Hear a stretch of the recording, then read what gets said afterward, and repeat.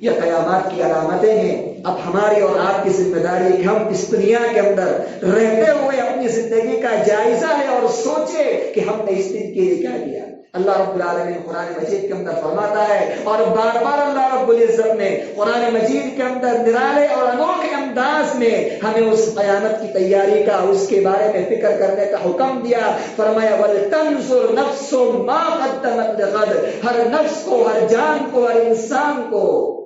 یہ غور کرنا ہے، یہ دیکھنا ہے، یہ سوچنا ہے کہ میں نے کل کے لیے کیا بھیجا، آنے والے کل کے لیے میرے پاس کیا معاملہ ہے، کل رب کے پاس مجھے جانا ہے، میں نے اس کے لیے کیا تیاری کی ہے. ایک مقام پر اللہ نے فرمایا وَاتَّقُوا يَوْمًا تُرْجَعُونَ فِيهِ إِلَى اللَّهِ ثُمَّ تُوَفَّى كُلُّ نَفْسٍ مَا كَسَبَتْ وَهُمْ لَا يُظْلَمُونَ. لوگوں ڈرو اس دن سے، ڈرو اس دن سے جس دن تم سب کے سب اللہ کی بارگاہ میں حاضر کیے جاؤ.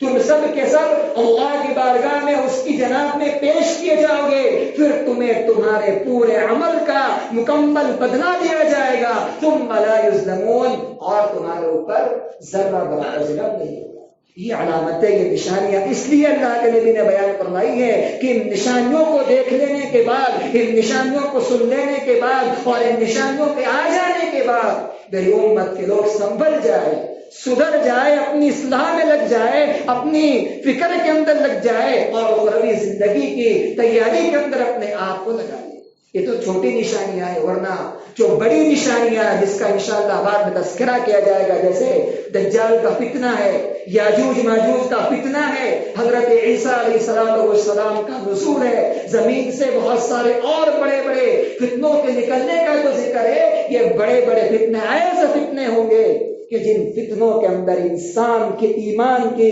ذرہ برابر بھی حفاظت ناممکن ہو جائے. ابھی تو یہ ماحول ایسا ہے کہ انسان سنبھل سکتا ہے، انسان اپنی حفاظت کر سکتا ہے، اپنی نسلوں کو بچا سکتا ہے، ان کی تربیت کر کے ان کو سیدھی راہ پر لا سکتا ہے. ابھی بھی وقت ہے انسان کے پاس. لیکن جب کہ جو صغرا، جو کبرا نشانیاں ہیں، بڑی نشانیاں ہیں، وہ ظاہر ہو جائے تو اس کے بعد انسان کو نہ اپنی اصلاح کی فکر ہوگی، نہ اپنی نسل کی اصلاح کی فکر ہوگی. دنیا کے اندر اتنا طوفان اور فتنے برپا ہونے والے ہیں کہ انسان اپنی آخرت کو بھول کر کے اسی دنیا کی جگہوں کے اندر پڑ جائے گا. تو وہ آنے سے پہلے ہماری اور آپ کی ذمہ داری ہے اپنی حفاظت کر لے، اپنی نسلوں کی حفاظت کر لے اور دینداری کا راستہ اختیار کر کے نبی اکرم صلی اللہ علیہ وسلم کی سنتوں کی پیروی کرتے ہوئے اور اللہ کے دین پر چلتے ہوئے اپنے اخروی زندگی کو بنانے کی فکر کریں. اللہ سے دعا ہے کہ اللہ سبحانہ و تعالیٰ نے کہنے سننے سے زیادہ عمل کرنے کی توفیق عطا فرمائے. جو کچھ نشانیاں تین خطبوں کے اندر بیان کی اللہ سبحانہ و تعالیٰ وہ نشانیوں کو یاد رکھنے اور عمل کی توفیق عطا فرمائے. جو بیمار ہے اللہ انہیں شفا کاملہ عطا فرمائے. جو بیٹھ کے اللہ ان سب کی مغفرت فرمائے. جب تک اللہ ہم کو دنیا میں زندہ رکھ، اللہ ایمان پہ زندہ رکھ، اللہ صحیح عقیدے پہ زندہ رکھ. اللہ ہماری موت ہو ایمان پر موت ہو، اس حال میں دنیا سے جائے کہ اللہ وہ ہم سے راضی ہو، ہم اس سے راضی ہو، اور دنیا سے اس حال میں جائے کہ اللہ ہماری زبان پر کلمہ لا الہ الا اللہ جاری ہو. آمین. بارک اللہ لنا ولکم فی القرآن العظیم ونفعنا وإياكم بالآيات والذکر الحکیم واستغفروه إنه هو الغفور الرحیم.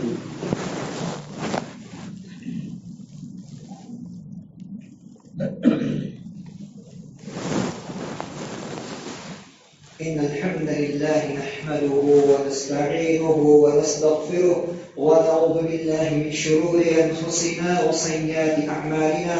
من يهده الله فلا مضل له ومن يضلل فلا هادي له. وأشهد أن لا إله إلا الله وحده لا شريك له وأشهد أن محمدا عبده ورسوله. إن الله وملائكته يصلون على النبي يا أيها الذين آمنوا صلوا عليه وسلموا تسليما. اللهم صل على محمد وعلى آل محمد كما صليت على إبراهيم وعلى آل إبراهيم إنك حميد مجيد. اللهم بارك على محمد وعلى آل محمد كما باركت على إبراهيم وعلى آل إبراهيم إنك حميد مجيد. عباد الله رحمكم الله، إن الله يأمر بالعدل والإحسان وإيتاء ذي القربى وينهى عن الفحشاء والمنكر ولذكر الله أكبر والله يعلم ما تصنعون.